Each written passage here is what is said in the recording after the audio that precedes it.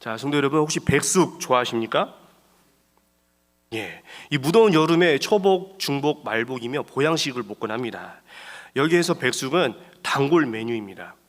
여기에서 제가 가정을 하나 해보겠습니다. 수탉이 있는데 이 수탉이 지능이 매우 높습니다. 그래서 이 수탉은 이 물에 비치는 자기 모습을 보고서 매번 감탄을 합니다. 어느 날 이 수탉이 이렇게 생각했습니다. 야, 나는 이 깃털에도 윤이 쫙 흐르고 생김새도 뛰어나니 나는 이 닭장에만 머무를 수 없다, 이렇게 생각을 했습니다. 그리고 이 지능이 높은 만큼 기술도 좋게 이 주인이 모르게 닭장을 탈출했습니다. 그리고서 이 곳곳을 돌아다니면서 푸드닥 그리고 이렇게 외치면서 누가 알아주지 않아도 자기를 뽐냈습니다. 들짐승에게 잡아먹히지 않는 것도 감사해야 되는데, 이 수탉이 또 이렇게 생각했습니다. 야, 이제 내가 곳곳에 나의 멋을 뽐냈으니 이제 내가 가보지 못한 이 미지의 세계로 가서 이 멋을 뽐내리라, 이렇게 생각을 했습니다. 찾던 중에 우연히 이 해변가를 발견했습니다. 이 햇볕에 내리쬐는 이 바다에서 비치는 이 물빛, 너무 황홀했습니다. 그리고서 이제 결단을 했습니다. 이제 내가 갈 곳은 저기다. 저 물속이 바로 내가 갈 미지의 곳이다. 분명히 저곳에서도 나의 멋을 알아줄 것이다, 이렇게 생각을 했습니다. 그리고는 한 발짝 쪼르륵 이렇게 가더니 이 바닷물에 발을 담그었습니다. 근데 웬일입니까? 바닷물이 너무 차가운 겁니다. 그래서 다시 발을 빼고서 생각을 했습니다. 너무 차가운데? 그리고 나서 이제는 도전 정신이 생겨서 이러면 나의 멋을 뽐낼 수가 없다. 그리고서 바닷물 속으로 한 걸음씩 들어갔습니다. 이 수위가 가슴에 오르더니 이 목을 넘어서 이 머리를 넘어섰습니다. 이 수탉이 이 바닷물 속에서 나오지 않으면 어떻게 될까요? 말하면 두말하면 잔소리겠죠. 아주 자연스럽게 간이 된 백숙 재료가 될 것입니다.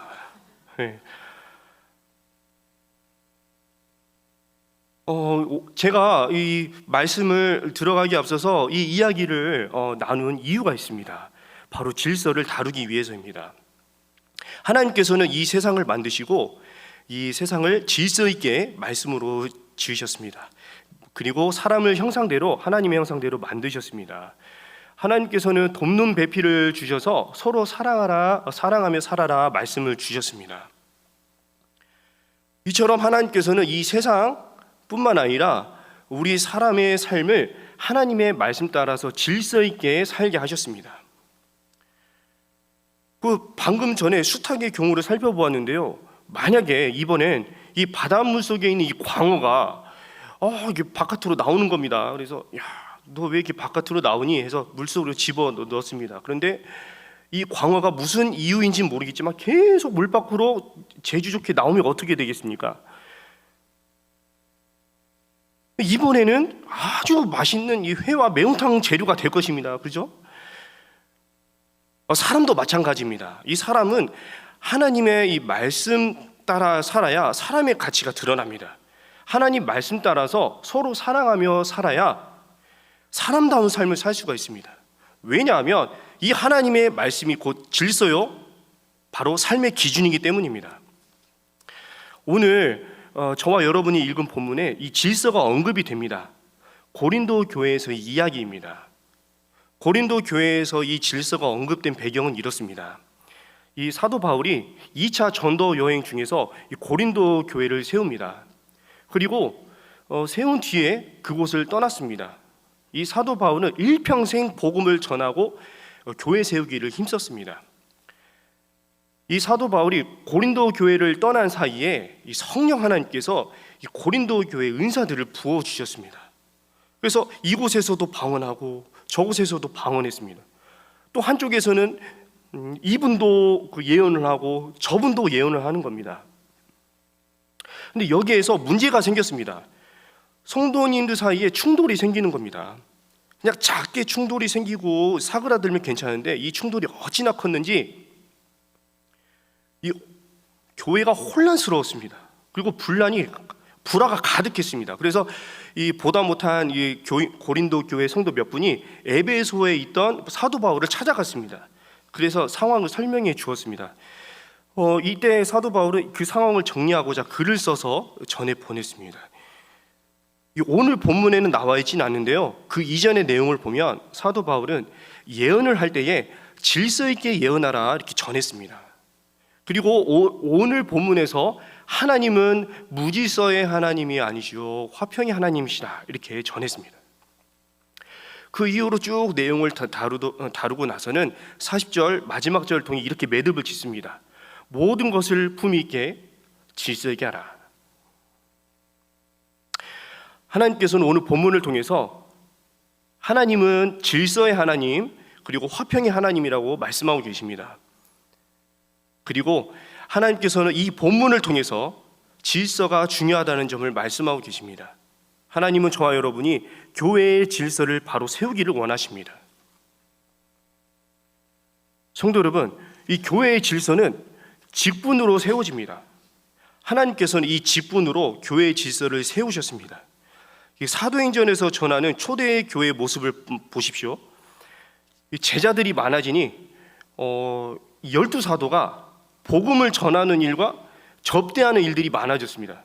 그래가지고 이 제자들을 다 모아놓고 그 중에서 성령 충만하고 칭찬받는 사람 7을 택합니다.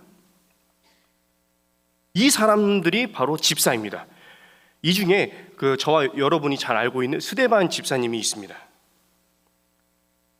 이처럼 하나님께서는 이 초대교회부터 오늘날까지 이 직분을 통해서 교회를 세우셨습니다. 이 직분이 중요한 이유는 이 직분이 없을 경우에는 교회가 금세 무질서해질 가능성이 높기 때문입니다. 만약에 교회에 직분이 하나도 없습니다. 세워진 게 없습니다. 그런데 여기서 이단이 들어오죠?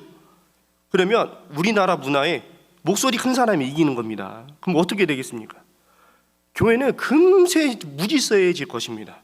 그러면 교회는 약해집니다. 교회가 약해지는 일은 하나님께서 기뻐하시는 일이 아닙니다. 오히려 하나님은 교회가 믿음으로 든든히 세워지기를 원하십니다. 이 점에서 저와 여러분은 교회에서 받은 직분을 정말 귀하게 여겨야 합니다.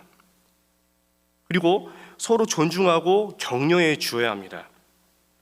이 초대교회처럼 교회의 질서를 세우고 그 직분으로 아름답게 교회를 세운 분들이 정말 많습니다. 혹시 생각나는 분들 계십니까? 아마 많을 것입니다. 왜냐하면 우리 주변에도 계시기 때문입니다. 여기에서 저는 한 가지 사례를 전해드리겠습니다. 혹시 기억자 교회를 아시나요? 김제 금삼교회의 이야기입니다. 신분제도 그리고 남녀 차별이 있었던 이 조선 말에 이 미국 남장로교회에서 파송한 테이트 선교사님이 김제의 거부였던 이 조덕삼 씨를 전도했습니다. 그리고 조덕삼은 머슴살이 하던 이자익을 또 전도했습니다. 그래서 이 둘은 함께 신앙생활을 했습니다. 1905년에 이 둘은 세례를 받고 집사 직분을 받았습니다. 그리고 2년 뒤에 이 장로 선거가 있었습니다. 이 조덕삼 이 주인은 이 조덕삼 씨는 이 집사님은 김제 최고의 갑부였습니다. 그리고 당시에 많은 사람이 이 조덕삼 씨의 소장농이었습니다. 그리고 교회에도 땅을 헌납하고 재정을 담당하고 있었습니다. 그리고 이자익 집사님보다는 15살이 많았습니다. 한편 이 이자익 집사님은 17살 때부터 조덕삼 이 주인이죠. 주인 조덕삼 이 집에서 머슴살이를 했습니다. 그러던 중에 주인의 소개를 받아서 가정을 꾸리고 그리고 또 전도를 받아서 그러니까 이제 복음을 전해 들어서 함께 신앙생활을 했습니다. 근데 이 장로 선거에 이 주인과 종이 장로 후보로 오르게 된 겁니다. 이 이야기를 접한 분들은 다 결과를 알고 계실 겁니다. 이 장로 결과의 장로 선거의 결과는 굉장히 놀라웠습니다. 왜냐하면 뜻밖의 결과가 나타났기 때문입니다. 모두의 예상을 깨고 이자익 집사님이 장로로 선출이 됐습니다. 그러자 신분 제도에 그리고 남녀 차별이 있었던, 지역 차별도 있었던 상황을 다 뛰어넘는 일이어서 모두가 당황해서 막 술렁거렸습니다. 그때 이 조덕삼 집사님이 딱 일어나서 사람들이 이렇게 말했다고 합니다. 우리 금산교회는 아주 훌륭한 일을 해냈습니다. 저는 이 이자익 장로를 받들고 앞으로 교회를 열심히 섬기겠습니다. 이렇게 이야기했다고 합니다. 그리고 이자익 이 장로님은 이 평양 신학교에서 신학 공부를 했습니다. 이때 이 조덕삼 집사님은 이 1909년이 되겠죠? 1907년 이후의 일이니까요. 그 9년에 장로님이 되셨는데 이 신학 공부하고 있는 이 이자익 그 장로님의 학자금과 생활비 일체를 전부 다 지원을 해줬습니다.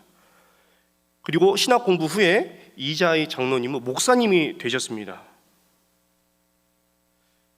이 조덕삼 장로님이 이 이자익 장로님을 이 금산교회 담임 목사님으로 초빙을 합니다.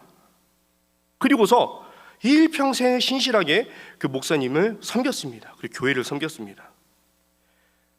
이렇게 신분제도와 지역차별이 심했던 그 시대에 자기 집안의 머슴으로 지냈던 그 이자익을 목사님이 교회 지도자로 세우고 또 교회를 아름답게 섬기고 세웠던 이 모습은 섬김의 본으로서 전해지고 있습니다. 한편 교회의 직분을 세우고 교회를 아름답게 세워나간 하나의 사례로 지금도 계속 전해지고 있습니다.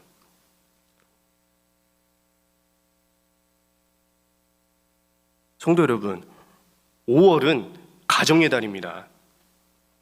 이 달에 온 가족이 하나 되고 화목해지는 이유는 이 가정 안의 질서가 바로 세워지기 때문입니다.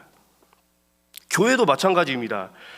교회도 하나님께서 직분으로 세운 질서가 올바로 이루어져야 교회가 화목해집니다. 하나님께서는 이 고린도 교회 이야기를 통해서 질서가 중요하다 말씀하셨습니다. 그리고 교회의 직분으로 교회의 질서를 바로 세우라 말씀하셨습니다. 이 점에서 저와 여러분은 이 교회의 직분을 정말 귀하게 여겨야 합니다. 앞서 자연계를 다뤘습니다. 만약 저와 여러분이 이 직분을 귀하게 여기지 않고 막 월권하려고 한다면 이는 자연계에서 죽음을 초래하는 모습입니다. 반대로 서로의 직분을 귀하게 여기고 또 서로를 격려한다면 가정이다 5월에 온 가족이 화목하고 하나 되는 것처럼 이 교회가 더욱더 화목하게 될 것입니다. 하나님은 이러한 모습을 기뻐하십니다. 그리고 이러한 모습을 저와 여러분에게서 기대하고 계십니다. 만약 저와 여러분이 이 직분을 귀하게 여기고 교회를 바로 세우기를 힘쓴다면 화평의 하나님께서 더욱 영광을 받으실 것입니다. 그러니 성도 여러분, 하나님은 무질서의 하나님이 아니시오 화평의 하나님이라는 점을 기억하십시오. 그리고 오늘 주신 이 말씀을 기억하십시오. 모든 것을 품위 있게 질서 있게 하라